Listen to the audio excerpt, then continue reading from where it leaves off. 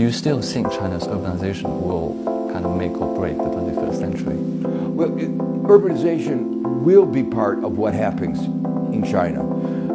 I think that goes without question.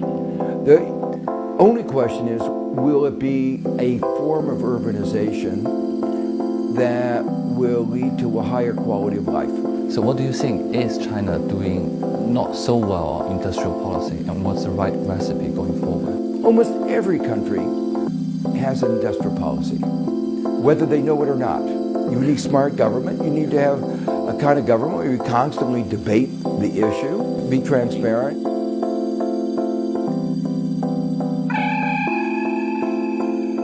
我们今天约到的是美国哥伦比亚大学教授，2001年诺贝尔经济学奖获得者 Joseph Stiglitz 教授。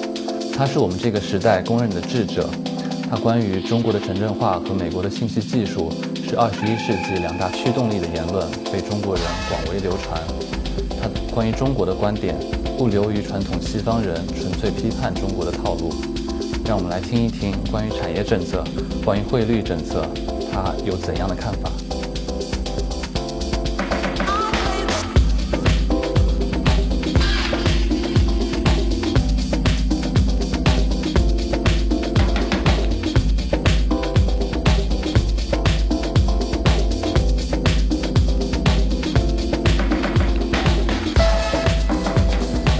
Your latest book talks about the price of inequality, which is very pertinent to both US and China. The Gini coefficient of two countries is almost the same, surprisingly. What observation would you make out of that? While the Gini coefficient is almost the same, the situations are different, and the nature of the inequality is different.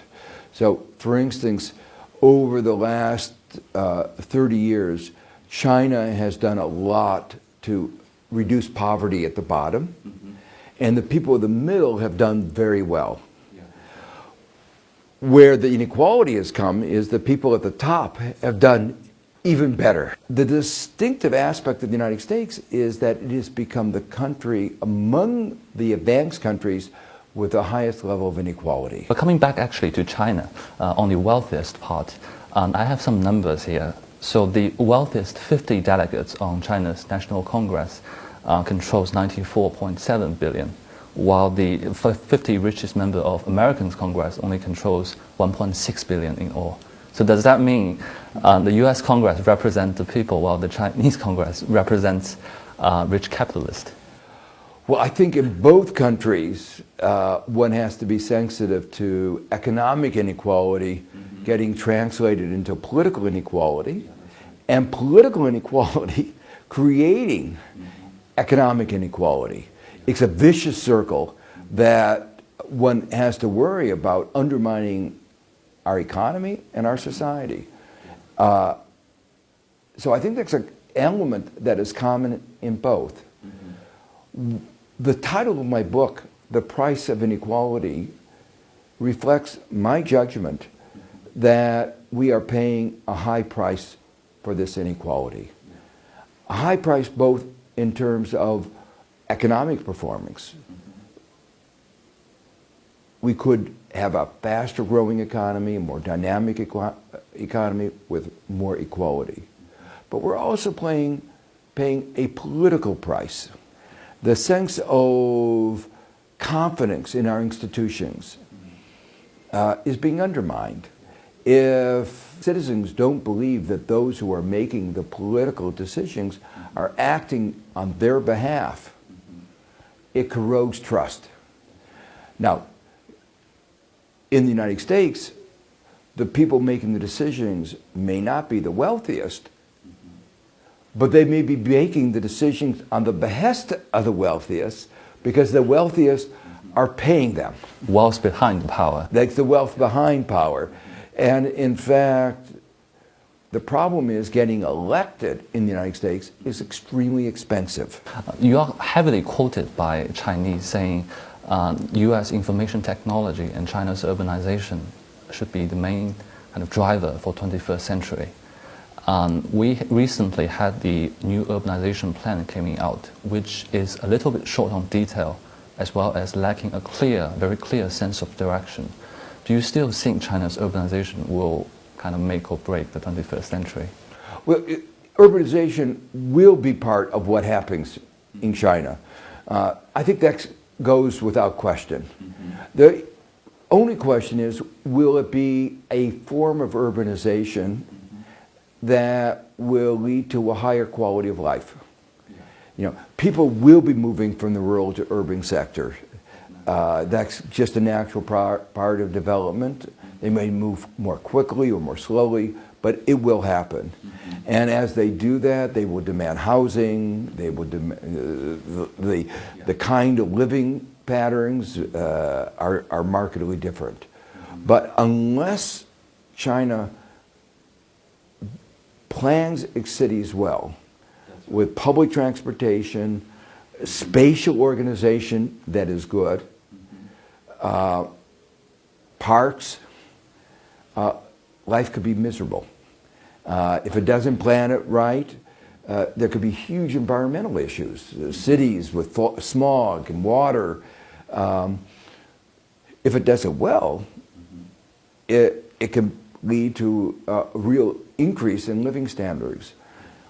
One of the problems going on right now, because it hasn't been as well controlled as it should, is that there's beginning of urban sprawl.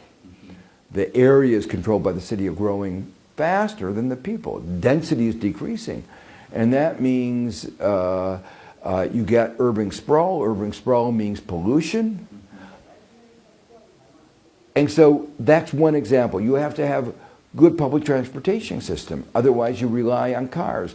Cars mean smog, pollution. So making cities work is very complicated. We don't want to do it like in Beijing. Exactly. Well, and you don't want to do it like we did in the United States, where we first built our cities very badly. Then we figured out we had to clean them up. But then we had the design of the cities that is not appropriate for modern living.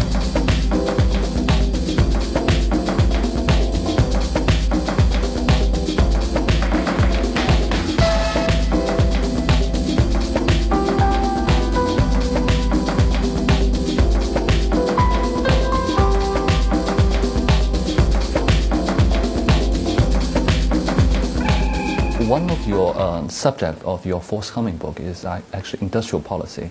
A former NDRC official, which is China's planning agency, confessed to me whenever they promote industry, that industry doesn't do so well. So what do you think, is China doing not so well on industrial policy, and what's the right recipe going forward? The issue of industrial policy is not to pick winners.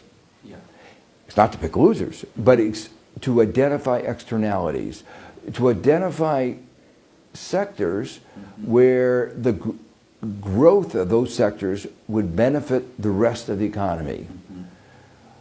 Almost every country has an industrial policy, whether they know it or not. The United States, for instance, had an industrial policy. People think of us as having a free market economy. That's nonsense. We have an industrial policy. We have part of our industrial policy has been a disaster.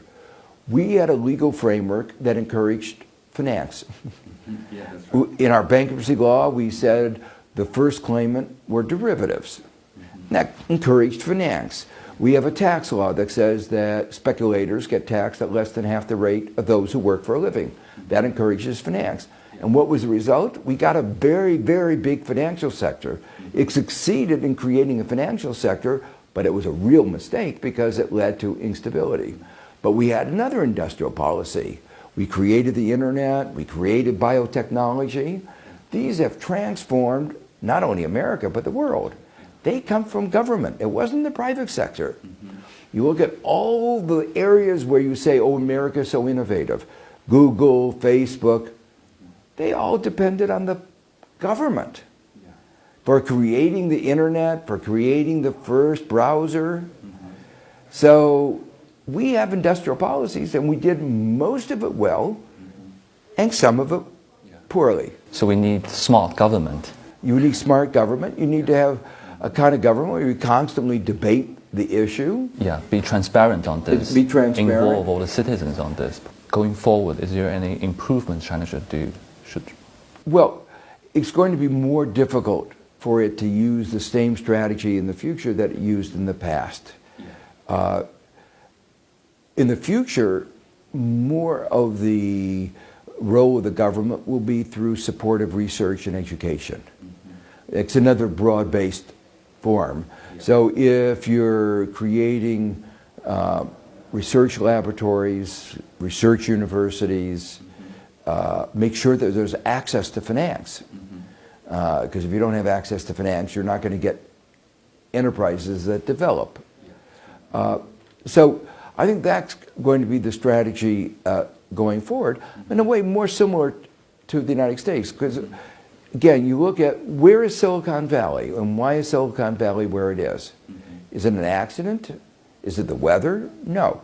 It's because of Stanford University and University of California in Berkeley, which were supported by the federal government to do research, and then the benefits of that research flowed out to the private sector. But it was industrial policy.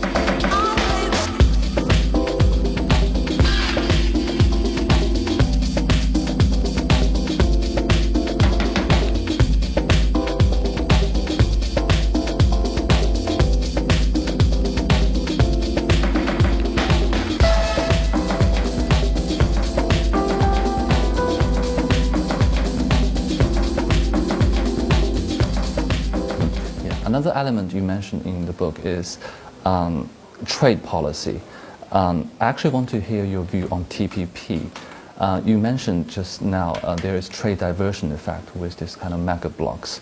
But many in China, especially the liberal people, more liberal people, want China to join TPP in order to push for reforms with SOEs or many other fronts. The same argument as with WTO. What is the kind of advantage or perils with this kind of approach, opening up in order to reform? I think that there are many, many risks. The main barrier to trade today is not tariffs. Tariffs have come very far down. And the tariffs that remain, the protection remains, are related to special interest. Yeah, so, like with cars in China. Like with cars. And in the negotiations on TPP with Vietnam on textiles, another sensitive sector, the U.S. is not lowering those tariff barriers. So the argument in Vietnam is very similar. We ought to join for reform, but you're not getting any trade advantage. You're not getting, it's a hope, but the reality is the remaining tariffs are the tariffs that are reflecting the special interest, like cars, like textiles, very powerful interest that the USTR can't control. Now, beyond these, the other so-called non-tariff barriers are for the most part regulations. Regulations are there not just capriciously. They're there because they're intended to protect workers, the environment, the economy. They were usually put there because of some disaster or another. Workers who died, the environment that got ruined. Businesses on both sides would like to get rid of the regulations. But if you do that, who's going to suffer? Profits may go up, but our environment, our workers, our citizens, our consumers will suffer. So the analysis is totally different. When tariffs came down, consumers benefited. Now, when regulations come down, everybody except the businesses suffer. So to give you one example, one of the worst examples is under one of these agreements, Uruguay signed an bilateral investment agreement. It then passed legislation to try to regulate smoking. because smoking is really bad for the health. It was praised by the World Health Organization for their initiative of protecting their citizens' health. But Philip Morris sued it under this, saying you're interfering with our economics. Our profits are more important than the lives of the Uruguayan people. That will happen to China. You will be sued over and over and over again by American and corporations all over if you join these trade agreements. So I would say no trade agreement with these investment provisions. They're so noxious that the cost is far greater than any benefit that you will get.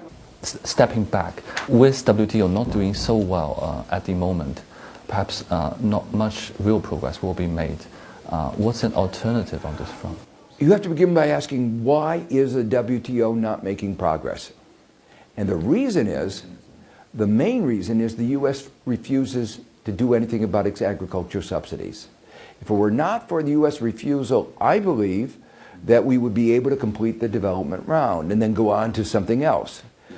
But should the rest of the world give in to U.S. blackmail? Should the rest of the world say, okay, you can keep your agricultural subsidies. We understand that you believe in free trade, but you're full of hypocrisy. It seems to me that the answer is no, that we are not going to put at risk our citizens, their health, our environment, our workers, just because you're trying to protect your rich cotton farmers, your rich rice farmers. So it should be very clear. Maybe the best thing right now is to say, we don't have a perfect world, but let's not make it less perfect. 今天我们听到的、看到的是一个言辞激烈的美国智者，他对于美国的政策不乏批判，对于中国的做法不乏褒奖。在我们的采访之后，他又匆匆赶去拜会周小川行长，希望这位我们时代的智者能够为中国的政策决策者提供更多、更好的政策建议。